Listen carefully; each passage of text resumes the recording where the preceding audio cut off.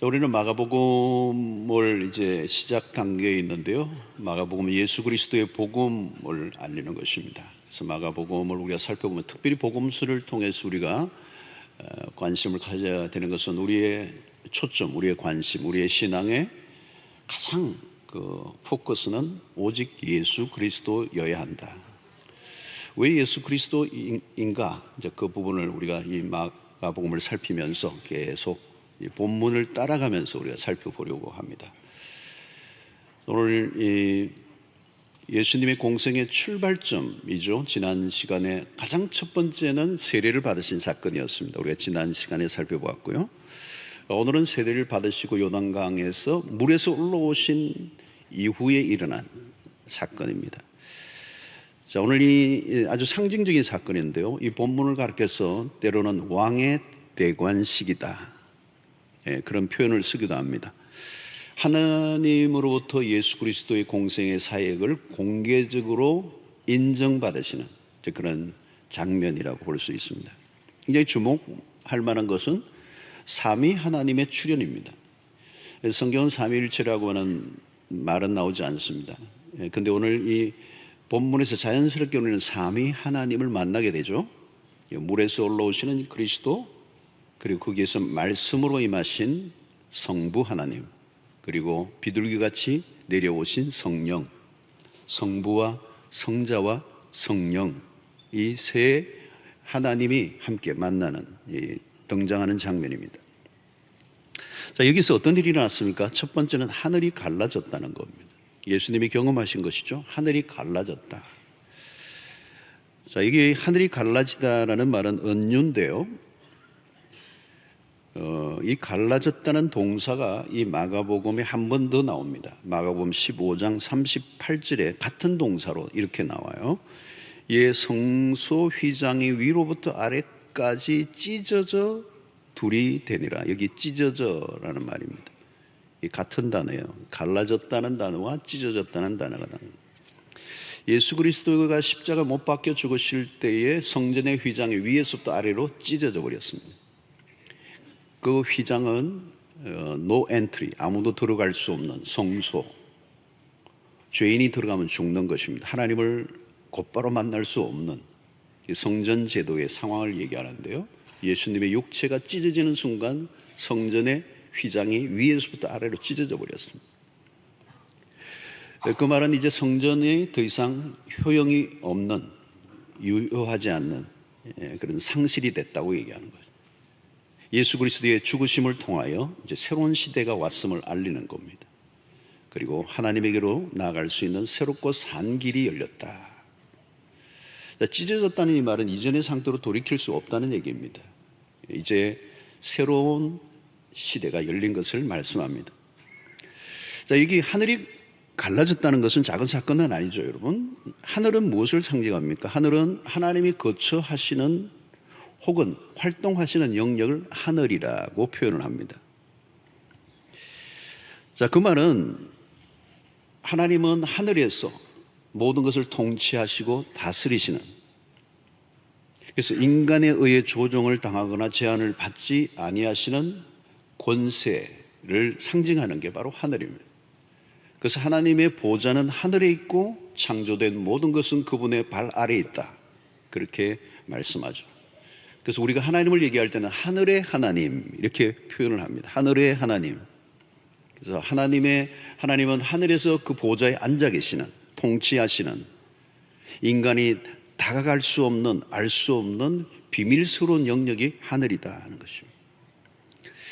자, 우리는 이 땅의 세계만 보았고 하늘의 세계를 볼 길이 없습니다. 우리는 이 세상의 모든 땅의 것들이 중심이 된 것처럼 보이지만 사실은 하늘이 모든 것의 중심이죠. 땅의 문제는 땅이 스스로 풀지를 못해요. 땅의 문제를 풀 수 있는 것은 하늘에 달려있어요. 하늘의 권세. 오늘 세상에 온갖 문제들이 다 일어나지만 풀지 못하는 문제가 훨씬 더 많습니다. 하늘이 열리지 않으면 땅은 혼란 속에 있는 것이죠. 그래서 하나님의 뜻이 하늘에서 이룬 것처럼 땅에서도 이루어지다. 우리 주기도문이 그런 것입니다. 모든 결정권은 하늘이 쥐고 있다, 하나님이 쥐고 있다, 동일한 말입니다. 그래서 하늘 문을 여는 키는 인간이 가지고 있지 않아요. 이 열고 닫음은 전적으로 하나님의 손에 달려있는 겁니다. 그래서 휘장이 찢어진 것도 마찬가지죠. 위에서 아래로 찢어졌다는 말은 누가 사람이 찢을 수 없는 하나님이 하신 일이에요.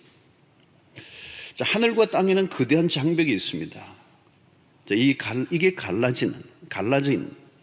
그래서 하늘과 이 땅을 연결시키신 분이 바로 예수 그리스도이십니다. 자, 하늘이 갈라지고 어떤 일이 일어났습니까? 두 가지 일이 일어났습니다. 예수께서 하나는 본 것이고 하나는 들은 것입니다. 중요한 것은 이 보고 듣는 것이죠. 자, 첫째에 보신 게 뭡니까? 성령이 비둘기같이 자기에게 내려오심을 보시더니 그랬습니다. 자, 여러분 여기서 매우 중요한 것은 그리스도가 세례를 받으셔 물이 올라오시는데 성령이 비둘기같이, 비둘기가 아니고 비둘기 같은 모양으로 내려오셨다고 그랬습니다. 자, 주님은 홀로 사역하지 않으셨습니다. 언제나 성령과 함께 사역을 하셨습니다. 본문은 창세기 1장 2절과 매우 연상을 하게 하는 대목이에요. 1장 2절을 보면 땅이 혼돈하고 공허하며 흑암이 깊음 위에 있고 하나님의 영은 수면 위에 운행하시니라. 창세기의 이 상황입니다. 모든 세상이 만들어지기 전에 혼돈과 공허 속에 있어 흑암의 깊은 위에 있을 때 하나님의 영이 수면 위에 운행하신, 이 혼돈과 공허로 가득한 세상에 하나님의 영이 운행하심으로 창조의 역사가 일어났다. 성령이 예수에게로 오신 이 일도 마찬가지라는 겁니다. 사망의 권세와 이 흑암이 가득한 이 세상 한가운데 성령이 오셔서 새로운 역사를 일으키실 것을 약속하고 있는 대목이 바로 이 대목입니다. 그래서 우리는 성령을 주로 뭐라고 하냐면 생명의 영이시다, 살리시는 영이다, 창조의 영이시다. 그래서 그리스도가 오심으로 성령이 그 그리스도 위에 임하심으로 이제 새로운 구원의 역사가 펼쳐질 것을 약속하고 있습니다. 자, 구약 가운데서도 성령의 임하심이 자주 강조되는데요. 이사야 61장 1절을 보면 이런 말씀이 있습니다. 우리 함께 다 같이 한번 읽어봅시다. 시작. 주 여호와의 영이 내게 내리셨으니 이는 여호와께서 내게 기름을 부어사 가난한 자에게 아름다운 소식을 전하게 하려 하십니다. 나를 보내사 마음이 상한 자를 고치며 포로된 자에게 자유를, 갇힌 자에게 노임을 선포하며. 자, 주 여호와의 영, 성령이십니다. 성령이 임하심으로 여호와께서 내게 기름을 부어서 예수 그리스도를 예언하는 것이죠. 무슨 일이 나는 것입니까? 여기 보니까 마음이 상한 자를 고치고 포로된 자에게 자유를, 갇힌 자에게 노임을 선포하는. 자, 그런데 이 성령이 왜 비둘기같이 내려오셨다고 하셨는가? 힘을 상징한다면, 능력을 상징한다면 독수리같이 임하셨다고 하면 더 어울릴 텐데, 당시 로마와 대항하려고 하면 독수리같이 강력한 메시아가 필요합니다. 비둘기는 근데 아주 강한 이미지가 아니죠. 비둘기는 주로 평화, 또 온유, 순결, 이런 것들을 상징합니다. 바로 이것은 그리스도의 사역이 평화적인 방식으로 이루어질 것을 말씀하고 있는 것이죠. 비둘기 같은 성령은 그리스도의 사역의 성격을 알려줍니다. 결국은 그리스도가 십자가를 통하여 구원의 역사를 이루어내십니다. 자, 우리는 성령과 예수를 분리시킬 수가 없습니다. 예수님은 동정녀 마리아에게 성령으로 잉태되셨습니다. 출발부터가 성령과 함께 하셨습니다. 그러니까 성령은 독자적인 영이 아니라 함께 하시는 영이에요. 성령은 하나님으로부터 나시고 그리스도를 드러내시는 역할을 하는 게 성령이십니다. 성령은 그리스도와 함께 하실 뿐만 아니라 그리스도를 드러내십니다. 그리스도가 십자가에 죽으시고 부활하시고 승천하신 후에 성령은 그리스도를 증거하는 역할을 맡으십니다. 오늘 우리 성도들에게도 마찬가지입니다. 성도들을 그리스도에게로 인도하고 교회를 세워가는 모든 일들을 누가 하시느냐가 바로 성령이 하십니다. 그리스도는 홀로 사역하시지 않고 성령과 함께 하십니다. 성령은 홀로 사역하지 않고 그리스도를 드러내는 일을 위하여 존재하고 있는 것입니다. 사랑하는 성도 여러분, 오늘도 그리스도에게 성령이 임하셨듯이 오늘 우리 모두에게도 임하셔서 하나님을 향하여 아바, 아버지라 부르게 하시고 하나님의 뜻을 따라 기도하게 하시고 그리스도를 증거하게 하는 삶을 살아가는 은혜가 있게 되기를 축원합니다.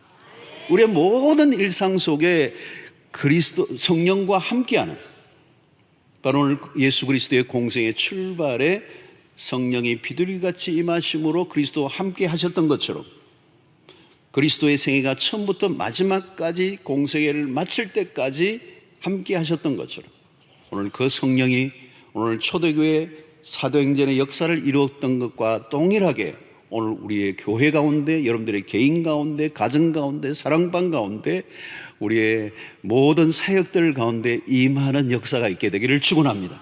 이 성령이 없이는 불가능하다는 것이죠. 자, 근데 오늘 그 다음에 일어난 것은 하늘로부터 소리가 들린 것입니다. 11절에 오니까 하늘로부터 소리가 나기를 너는 내 사랑하는 아들이라 내가 너를 기뻐하노라 하시니라. 여러분, 이게 두 가지 살펴보면 첫 번째는 내 사랑하는 아들이다. 자, 여기에는 마가복음 9장 7절에서도 변화상 사건에서도 한번 나와요. 마침 구름이 와서 그들을 덮으며 구름 속에서 소리가 나되 이는 내 사랑하는 아들이니 너희는 그의 말을 들으라 하는지라. 역시 아버지가 하늘에서 아들에게 하신 말씀, 내 사랑하는 아들이다. 자, 여러분, 이게 매우 중요한 것입니다. 이게 하나님이 아들에게 주신 말씀이에요. 자, 이 말씀은 이는 내 사랑하는 아들이라는 말은 아버지가 아들에 대한 어떤 선포인데요, 이것은 하나님과 아들과의 매우 특별한 관계에 있음을 알려주고 있어요. 여기 사랑하는 아들이라는 말은 특별한, 유일한 아들이라는 뜻입니다. 아들 예수는 갑자기 어디서 나타나신 것이 아니라 하나님이 그 아들을 세상에 보내사 구원을 이루게 하신 거예요. 그래서 예수 그리스도의 공생애를 시작하시기 전에 하나님 아버지로부터 아들됨의 정체성을 부여해 주시는 겁니다. 아들은, 예수 그리스도는 이미 그 사실을 알고 있지만 아버지는 그 아들에게 공적으로 선포해 주시는 거예요. 이제 하나님의 사랑하는 아들로서 공적인 이 구원 사역을 시작하라고 하는 인주님. 자, 이것을 가르쳐 우리는 아들됨의 정체성을 부여받았다는 겁니다. 여러분, 이 정체성이라고 하는 것이 매우 중요합니다. 왜냐하면 거친 이 구원의 사역을 이루어내시기 위해서 공생을 살아가야 할 아들에게 너가 누구냐라고 하는 이 정체성은 매우 중요한 것입니다. 여러분, 내가 누군가라고 하는 것, 내가 왜 존재하는가, 이 질문과 맞닿아 있는 겁니다. 여러분, 아무리 힘들어도 그 일을 감당해야 할 분명한 이유와 목적을 알면 이겨낼 수가 있습니다. 어려움을 겪는다고 어려운 게 아니에요. 진짜 힘든 것은 이유를 모르고 어려움을 겪을 때예요. 우리 선교사님들이 선교지에서 아주 어려움을 겪을 때가 많아요. 요즘도 중동 같은 나라에서는 생명의 위협이 있어요. 어려운 그 환경에서 어떻게 사는 겁니까? 그 살아야 될 이유, 그 선교사로서 하나님의 부름을 받은 정체성이 있기 때문에, 내가 그게 뭐 돈 벌러 간 것도 아니고 내가 잘 먹고 잘 살기 위해서 간 것도 아니고 하나님의 부르심으로 선교사로서의 아이덴티티를 가지고 사니까 아무리 힘들어도 주변에 감시가 있고 체포되어 때로는 여러 가지 감옥에 들어갈 수 있는 상황이지만 그 어려움을 겪어내는 이유는 뭘까요? 내가 왜 존재하는가라고 하는 자기의 정체성이 분명하기 때문에, 내가 누구인지, 내가 왜 이렇게 어려움을 겪어야 하는지 그 이유를 알지 못하면 삶은 흔들리게 되는 거죠. 힘들고 어려울수록 중요한 게 뭐냐면 정체성입니다. 아이덴티티. 그래, 죽어도 나는 이 길을 갈 거야 라고 하는 확신을 주는 게 뭐냐? 바로 이 정체성입니다. 아들 예수는 인류의 구원을 위해 하나님으로부터 보냄을 받은 속죄의 어린 양.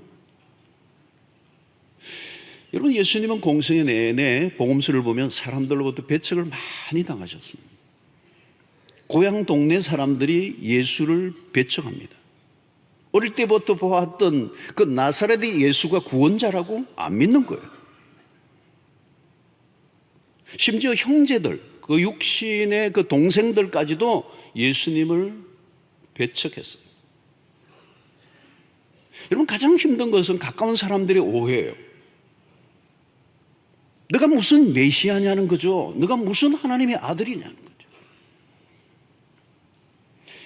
마귀가 이것을 공격합니다. 이것을 우리가 다음 주를 살펴볼 거예요. 너가 하나님의 아들이어든 이 돌들을 떡이 되게 하라 라고 하는 이 시험의 본질은 뭐냐면 예수 그리스도의 아이덴티티, 정체성을 흔들어 버리는 것입니다. 마귀의 공격의 목표는 확실해요.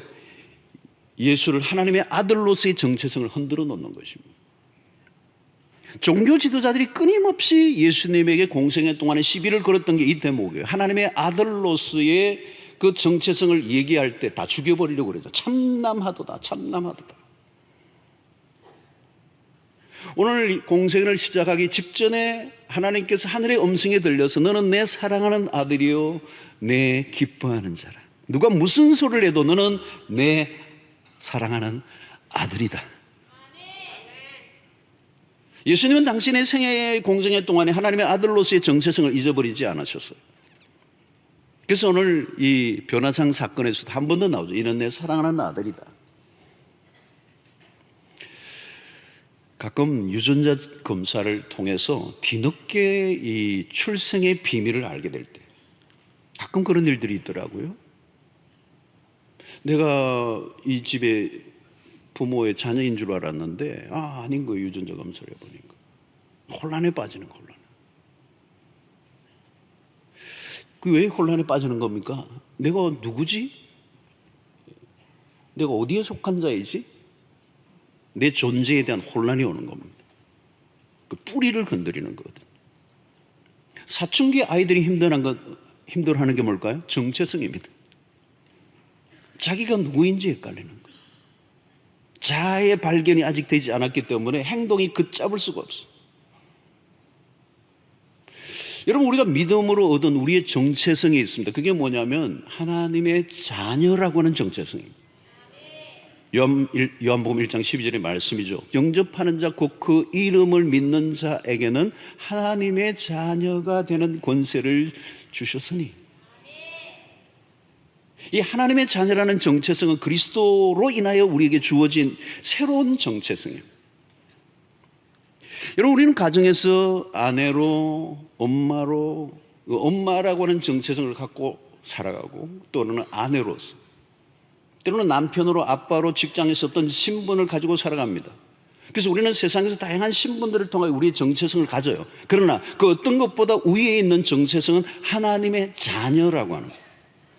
다른 것이 다 무너져도 하나님의 자녀로서의 정체성이 무너지지 않으면 이겨낼 수가 있습니다.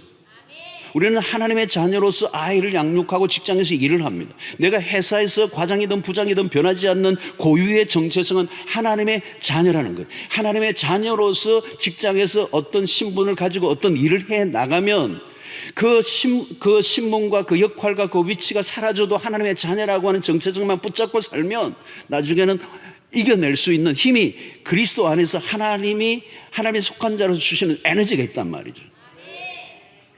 우리의 삶의 행동의 근거가 정체성인데 그 정체성의 근거에 가장 위에 있는 것이 하나님의 자녀가 될 때 우리의 삶을 받쳐주는 것은 하나님이라는 거, 하나님이다. 우리가 주의 일을 할 때도 마찬가지예요. 내가 하고 싶어 하는 게 아니라 하나님이 하라고 하셔서 하는 것. 지금 무엇을 하고 있는 것보다 더 중요한 것은 누가 그 일을 하라고 하셨는가. 내가 선교사로 가고 싶어 가는 게 아니에요. 하나님이 가라고 하셔야 가야 돼요. 그런데 하나님이 가라고 안 하셨는데도 간 분들도 있어요. 선교지를 선택한 것도 마찬가지예요. 하나님이 가라고 하신 곳에 가야죠. 근데 많은 선교사는 미국의 LA에 모여 있어요. 처음에는 다른 데 갔는데 나중에 LA로 갔더라고요. 내가 스스로 얻어낸 것은 언제나 흔들리는 것입니다. 사람들이 세워준 것은 흔들리는 거예요. 목사도 마찬가지입니다. 호주나 미국에 있으면요, 간혹 태평양 신학교 출신 목사님들도 계세요. 안 들어보셨죠? 태평양 신학교. 호주로 건너올 때, 미국으로 건너올 때 비행기 안에서 자기 머리에 자기가 안수해가지고 목사님 분들을 태평양 신학교 출신이라고 그래요. 어디에서 목회를 신학을 했는지 알 길이 없어요. 이런 중요한 일을 시작할 때마다 항상 내가 시작했는가 아니면 하나님이 시작하게 하셨는가 물어봐야 돼요. 하나님과 상관없이 내가 시작한 일은 내가 책임을 져야죠. 여러분, 많은 사람들이 자신의 직업이나 신분에 따라 흔들립니다. 자신의 직장의 직급이 자신의 정체성인 줄 알았던 사람은 퇴직하는 순간 모든 게 다 무너져 버립니다. 내가 누구인가, 나를 따르고 박수를 쳐주고 결제를 하는 일들을 할 때는 다 좋아요. 그러나 그 역할이 끝나면 갑자기 정신적 공황을 겪어버립니다. 세상적인 타이틀이 뭐 계속되는 게 있나요? 언제는가는 다 끝나는 것인데, 나는 누구인가? 죽을 때까지 붙들어야 할 정체성이 있는 것인가? 여러분, 누가 나를 인정해 주지 않아도 나를 향한 하나님의 사랑을 믿을 수 있어야 되죠. 하나님의 사랑하는 아들이 되었다는 말은 하나님이 책임져 주시는 인생, 하나님에게 속한 인생, 내 인생이 나에 의해서 결정되는 것이 아니라 하나님에 의해서 결정된다는 사실을 믿고 살아가는 거예요. 이는 내 사랑하는 아들이요, 하늘의 음성이 들리는 겁니다. 사실 여러분, 우리의 살아가게 만드는 에너지는 세상으로부터 여론과 정보와 어떤 지식과 이론이 아니라 하나님의 음성이 내 귀에 들려지는 은혜, 내 정체성을 결정하는 것이 하나님에 의해서 주어질 때, 내가 어디에 속해 있는가, 나의 현재의 신분은 어디로부터 온 것인가, 하나님으로부터 온 정체성을 가지고 있다면 우리는 세상 어떤 것들로 인하여 흔들리지 않을 수가 있다는 거예요. 여러분, 이 정체성이라는 건 너무너무 중요합니다. 이 정체성에서 우리의 삶의 안정감이 나오는 거거든요. 그러니까 지금 예수님이 공생애 동안에 살아가야 할, 그 아들이 살아가야 할 그 척박하고 그 강팍한 세상의 한가운데 내몰리는 그 아들을 향하여 힘들고 어렵고 미움을 당하고 배척을 당하도 꿋꿋하게 살아가게 만드는 그 힘을 제공하기 위해서, 너는 내 사랑하는 아들이야. 누가 뭐라고 해도, 누가 모든 것들을 흔든다 할지라도, 그것을 반대한다 할지라도 내가 붙들어야 할 것은 하나님의 아들이라는 거죠. 여러분, 겉으로 웃고 근사해 보지만 내가 왜 일을 하고 있는지 힘들게 살아가는 사람들이 한두 명 아니에요. 그러므로 하나님과의 관계는 피상적인 것이 아닙니다. 복음은 우리의 정체성을 확실하게 해주는 것입니다. 나의 나됨은 하나님의 은혜입니다. 우리의 감정의 상태가 중요하지 않습니다. 하나님이 우리를 위해 아들을 내어놓으신 그 사랑을 우리가 붙들어야 되는 것이죠. 하나님과 나와의 관계만 붙들고 있으면 우리는 승리하는 것입니다. 바울은 그 관계를 어떻게 표현하고 있습니까? 로마서 8장 35절에 이렇게 얘기합니다. 누가 우리를 그리스도의 사랑에서 끊으려 환난이나 공고나 박해나 기근이나 적신이나 위험이나 칼이라. 여러분, 여기 나오는 언급되는 거 하나하나 보십시오. 하나도 쉬운 게 없어요. 환난, 공고, 박해, 기근, 적신, 위험, 칼, 하나하나 얼마나 위협적인 것들인 겁니까? 그러나 그 어떤 것도 그리스도의 사랑, 하나님과 나와의 관계를 끊어버릴 수 있는 것은 아무것도 없다라고. 아들은 아버지와의 관계 안에서 그 아버지의 사랑을 믿는 거죠. 그래서 이것은 공생애를 걸어가는 내내 아버지가 아들에게 들려주셨던, 하늘을 열고 들려주셨던 이 음성이 예수 그리스도의 생애를 아름답게 마무리할 수 있는 힘이 되었던 거죠. 사랑하는 성도 여러분, 오늘도 우리의 삶이 쉽지 않지만 하늘 문을 여시고 주께서 우리에게 들려주시는 음성, 너는 내 사랑하는 아들이다, 딸이다. 이 음성이 천둥처럼 내게 들려진다면 우리는 이 믿음의 길을 넉넉하게 걸어갈 수 있으리라고 믿습니다. 자, 오늘 여기 보면 내가 너를 기뻐하노라 그랬어요. 내가 너를 기뻐하노라. 그러니까 너는 내 사랑하는 아들이라는 말은 아이덴티티의 문제라면, 너는 기뻐하는 자라는 이 말은 자존감의 문제예요. 셀프 이스팀의 문제입니다. 너는 내 사랑하는 아들이오라는 이 말은 아들에 대한 인정이라면 내 기뻐하는 자라는 말은 격려하는 것입니다. 아버지가 아들을 향해 내가 너로 인하여 기뻐한다. 자, 여러분, 이 기뻐한다는 이 말씀의 시점을 우리가 잘 봐야 돼요. 뭐냐면 예수님이 아직 아무 일도 하지 않았어요. 공생의 시작 전입니다. 무슨 일을 이루어냈기 때문에 내가 너를 기뻐해, 그게 아니에요. 어떤 결과로 주어진 칭찬이나 격려가 아니에요. 그냥 예수의 그 존재 자체로 인하여 기뻐한다는 거예요. 여러분, 예수님이 십자가로 가셔야 하는 그 길은 험난한 것입니다. 아버지는 아들에게 다가올 것들이 무엇인지를 알고 계셨어요. 그런데 그 아들을 향하여 오늘 아버지가 격려하시는 거예요. 나는 너를 기뻐한다. 여러분, 율법적 배경 속에서 신앙생활을 하신 분들은 이런 말씀들을 잘 받아들이지 못할 때가 많아요. 율법주의적 신앙을 배운 사람들은 정죄감에 많이 시달립니다. 내가 뭘 잘못했다고 생각을 하고 열심히 하지 못한 것에 대해서 자책하고 하나님 앞에 나아가는 일에 자신감이 없고 신앙이 늘 주눅들어 있고 신학에 기쁨이 없고, 율법 아래 신앙생활을 한 분들은 보면 얼굴에 피곤함이 서놓았어요. 신앙생활하는 게 그렇게 즐겁지가 않아요. 무거운 짐을 지고 있는 것 같아요. 그래서 지쳐있는 신자들, 가급적이면 하나님과 거리를 좀 두고 싶어하는, 우리가 봉사나 전도를 많이 하고 헌금을 많이 하면 하나님이 칭찬해 주시지만 내가 열심히 하지 않으면 뭔가 화가 나 있는 하나님, 나에게 벌을 줄 것 같은 하나님. 어떤 분은 새벽기도 며칠 빠졌는데 어디 걷다가 돌에 걸려 넘어졌는데 내가 며칠 빠졌더니 하나님 돌을 걷어 넘기시네, 뭐 이러죠. 여러분, 복음을 경험하기 이전에 율법을 먼저 만나면 그런 현상이 벌어지는 거예요. 율법 이전에 복음을 먼저 경험해야 돼요. 여러분, 하나님이 우리를 사랑하셨던 시점이 로마서 5장에는 뭐라고 얘기합니까? 우리가 아직 죄인 되었을 때, 우리가 아직 연약할 때, 우리가 원수 되었을 때 그리스도께서 우리를 위하여 죽으심으로 하나님이 우리에 대한 자기의 사랑을 확증해 주셨다고 그래요. 우리가 잘나서 하나님이 기뻐할 만한 선한 일을 해서 우리를 사랑하고 기뻐한다는 게 아니에요. 우리를 있는 모습 그대로 우리의 존재 자체를 대하신다는 거, 우리를 기능적으로 대하지 않는다는 겁니다. 여러분, 세상적인 가치는 뭐예요? 세상은 날마다 넌 돈 되냐 따지잖아요. 쓸모가 있냐 따지잖아요. 유익하냐, 항상 그 방식으로 우리는 사람들을 평가하잖아요. 그래서 우리는 세상에서 인정받기 위해서 안간 힘을 다 쓰죠. 칭찬받기 위해서 그냥 충성 경쟁을 하죠. 그러나 여러분, 하나님 우리를 대하시는 방식은 달라요. 하나님은 우리가 쓸모 있어서 부르신 게 아니에요. 우리를 불러주셔서 쓸모가 있어진 거지. 하나님 우리를 기뻐하시는 이유는 우리에게 선한 것이 있어서가 아니라 그리스도께서 우리를 위하여 행하신 것들 때문에 우리의 존재를 바라보시면서 그냥 기뻐하신다고 말씀하시는 거예요. 스바냐 3장 17절의 말씀을 우리가 잘 알고 있습니다. 너의 하나님 여호와가 너의 가운데 계시니 그는 구원을 베푸실 전능자시라. 그가 너로 말미암아 기쁨을 이기지 못하시며. 참 멋있는 표현이에요.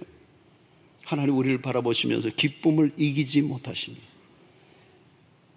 여러분, 신앙의 출발점에서 우리가 이 복음을 경험해야 합니다. 하나님 우리를 기뻐하신다는 거예요.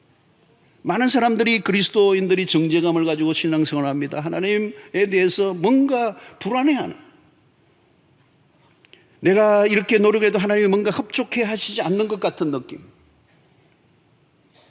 여러분, 그런 신앙생활을 하면 긴장도가 높아요. 자신에 대해서도 엄격하고 다른 사람에 대해서도 냉혹하고 자신을 정죄하고 하면서 우울해하고 다른 사람을 판단하면서 날카로워지는. 복음을 경험하면 여러분, 우리의 자존감이 높아져요. 무엇을 해서가 아니라 우리의 자존감을 높이기 위해서 내가 무엇을 할 이유가 없습니다. 이미 그리스도께서 다 해놓으셨기 때문에. 하나님 우리를 위해 행하여 놓으신 그것이 우리의 자존감의 근거예요. 우리가 무엇인가 열심히 해야 칭찬과 인정을 받는 것이 아니라 하나님께서 그리스도를 통하여 이루어 놓으신 그 일 때문에 우리를 있는 모습 그대로 받아들여 주시고 우리를 하나님의 자녀 삼아 주시고 우리를 향하여 내가 너를 기뻐한다고 말씀하시는 하나님이십니다. 우리의 노력이나 행위로 하나님 앞에는 나아갈 수가 없어요. 우리의 의는 더러운 옷과 같다고 그랬습니다. 자랑할 게 아무것도 없어요. 우리가 아무리 노력해도 함량 미달이에요. 하나님 우리를 받아주신 것은 오직 예수 때문인 줄로 믿습니다. 하나님이 그냥 나로 기뻐하신다는 거예요. 얼마나 우리를 사랑하시는가. 여러분, 우리가 부모들을 보면 그런 말, 이런 대목들을 우리가 느낄 수가 있어요. 우리 젊은 우리 커플 부모들이 보면 아이를 낳고 첫 아이를 그냥 부부가, 우리 젊은 부부들이 그 아이를 보면서 예뻐하는 거 보면요, 보니까 뭐 하는 거는 별로 없잖아요. 그 애가 내 먹고 싸고 뭐 그거밖에 하는 거 없잖아요. 그리고 내 울고 뭐 밤에 막 자고 깨우고 얼마나 힘들게 합니까? 근데도 뭐 한번 빵긋 웃으면 뭐 완전히 그냥 뭐 행복해가지고 어쩔 줄 몰라 하고, 내가 너로 기뻐한다는 거예요. 주일날도 보니까 와가지고 예배 안 드리고 그 아이만 보고 있더라고. 내가 보니까 경배하며 뭐 그냥 살펴보면서 묵상하며. 왜 그런 거죠, 여러분? 자기가 낳았기 때문에요. 얼굴이 뭐 그렇게 뭐 탁월하지도 않지만 내가 낳은 거예요. 내 자식인 거예요. 낳는 순간 어때요? 뗄라 뗄 수 없는 운명의 관계가 되는 거예요. 돈을 벌어오기 전에, 착한 일을 하기 전에, 선한 일을 하기 전에, 무슨 공직을 세우기 전에 그냥 부모가 누리는 감격과 기쁨은 내가 너로 인하여, 너 존재로 인하여 내가 기뻐한다는 거죠.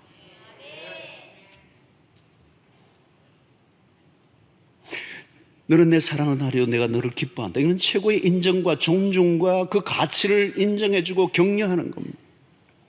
아들 예수에게 그것은 큰 힘이었을 것입니다. 십자가를 걸어가는 길의 에너지였을 거예요. 아들의 자존감입니다. 내가 너를 기뻐해. 여러분, 우리 자녀들에게 부모들이 해줄 수 있는 최고의 것은 그런 거죠. 내가 너로 인하여 기뻐해. 공부 못해도. 근데 왜 우리는 화를 내고 모욕하고 모멸감을 주고, 너가 할 줄 아는 게 뭐니? 너 낳고 내가 미역국을 먹었다니 후회가 된다. 여러분, 그 아이들에게 그 어떤 행위로 인하여 그들을 평가하고 그들에게 말을 하면요, 그 아이들의 존재감이 약해요. 낮은 자존감에 시달리고 상처 속에 살아가고, 그 상처는 그대로 부모에게 돌아가요. 남자친구에게 자여도 씩씩하게 살아가는 자매가 있는가 하면 막 약 먹고 죽으려고 하는 사람이 있어요. 남자가 그 사람밖에 없나? 계약직으로 있어도 행복하게 다니는 사람이 있는가 하면 높은 위치에 성공했다는 그 자리에 앉아 있는데도 늘 불안해하고 낮은 자존감으로 사람들을 눈치 보며 살아가는 사람들이 있습니다. 여러분, 자존감이 높은 사람들은요, 주어진 현실을 있는 그대로 잘 받아들여요. 외도를 하는 남자들 가운데 자존감이 낮은 사람들이 많다는 거예요. 실제적으로요. 인정받고 싶은 욕구가 채워지지 않으니까 일탈이에요. 일탈. 가족들이 그의 가치를 인정해 주지 않을 때 엉뚱한 곳에서 자신의 존재를 확인하려고 하는 거예요. 한국 사회 외도가 많은 원인 중 하나가 어쩌면 남성들의 낮은 자존감 때문일지도 모릅니다. 여러분, 우리의 부모의 역할은 자녀들에게 내가 너를 기뻐해, 너의 존재로 평가하고 어떤 외적인 결과로 그 아이들의 가치와 점수를 매기는 이 잔인한 문화, 그래서 끊임없이 루즈를 만들어내는, 무능하고 무기력하고 못난 자로 만들어 버리는, 그건 죽게 만드는 거죠. 살게 만드는 힘을 주지는 않아요. 오늘 아들을 향해 난 늘 기뻐해, 이 말은 그 힘들고 어려운 그 길을 걸어가는 그 아들에게 아버지가 주시는 최고의 힘이죠. 힘든 세상이지만 흔들리지 않고 살아가게 만드는 그 힘이 바로 여기에 있는 것입니다. 여러분, 사랑하는 여러분들, 하나님의 사랑과 격려를 늘 공급받는 은혜가 있게 되기를 바랍니다. 하나님 우리를 내치는 분이 아니십니다. 십자가를 통하여 우리에게 주시는 놀라운 은혜가 무엇입니까? 너가 어떤 경우에도 난 너를 거절하지 못한다. 너는 내 사랑하는 아들이요 기뻐하는 자라고 얘기할 수밖에 없는 근거는 하나님이 그 아들을 우리를 위하여 내어주셨기 때문에. 성도 여러분, 하늘이 열리고 하늘의 비밀이 이 세상에 드러나는 우리 장면을 오늘 보고 있습니다. 오늘 우리의 삶 속에 하늘의 문이 열리는 은혜가 있게 되기를 축원합니다. 하나님이 움직이셔야 역사가 일어납니다. 하나님이 시작하셔야 새로운 일이 일어납니다. 인간의 일은 늘 거기서 거기에요. 오늘도 여러분의 인생 가운데 풀리지 않는 여러 가지 문제와 어려움이 있다면 내가 안간 힘을 써서 해결하려고 하지 마시고요. 딱 기도는 딱 하나요. 하늘 문을 여소서. 하나님이 일하십시오. 저는 우리 이 땅의 모든 일들도 그렇다고 생각해요. 하나님이 일하시지 않으면요, 답이 없어요. 인간에게는 답이 없어요. 하나님은 오늘 또 우리를 통하여 하나님의 그 역사를 또 이루어 가시기를 원하십니다. 여러분들의 삶 속에 성령이 비둘기같이 임하셨던 것처럼 성령이 임하시게 되기를 축원합니다. 낙심하고 절망하기 쉬운 세상에서 날마다 기죽고 날마다 그냥 포기하고 절망하고 낙심하고 허무에 빠져 있는 오늘 이 세상 가운데서 잔인하게 평가하고 잔인하게 점수를 매기는 이 세상의 문화 속에서 너가 어떤 모습으로 있든지 너는 내 사랑하는 아들이고 내 기뻐하는 자라고 말씀하시는 이 사랑스러운 주의 음성을 들으시는 은혜가 있게 되기를 축원합니다. 여러분, 다른 사람들이 인정받기 위해서, 다른 사람에게 뭔가 더 나은 평가를 받기 위해서 몸부림을 치는 그 삶을 내려놓으시고요, 우리 하나님으로부터 이 기가 막힌 사랑의 음성을 들으심으로 내 정체성의 근거는 하나님이 되시고 나는 하나님의 아들입니다. 하나님의 딸입니다. 내 인생은 하나님의 손에 있습니다. 흔들리지 마시고요, 두려워하지 마시고 거침없이 담대하게 하나님의 나라를 위하여 달려가는 옹골찬 주의 백성들 되시기를 주의 이름으로 축원합니다. 하나님 아버지, 오늘 또 하늘문 여시고 성령을 우리에게 부어주시며 그 주님의 잔잔한 음성, 너는 내 사랑하는 아들이요 내 기뻐하는 자라, 이 놀라운 주의 음성을 듣고 이 험난한 세상 가운데서도 믿음의 백성들로 변질되지 않고 꼿꼿이 살아갈 수 있는 주의 백성들 되게 해 주시기를 원하옵고 예수님의 이름으로 기도하옵나이다. 아멘.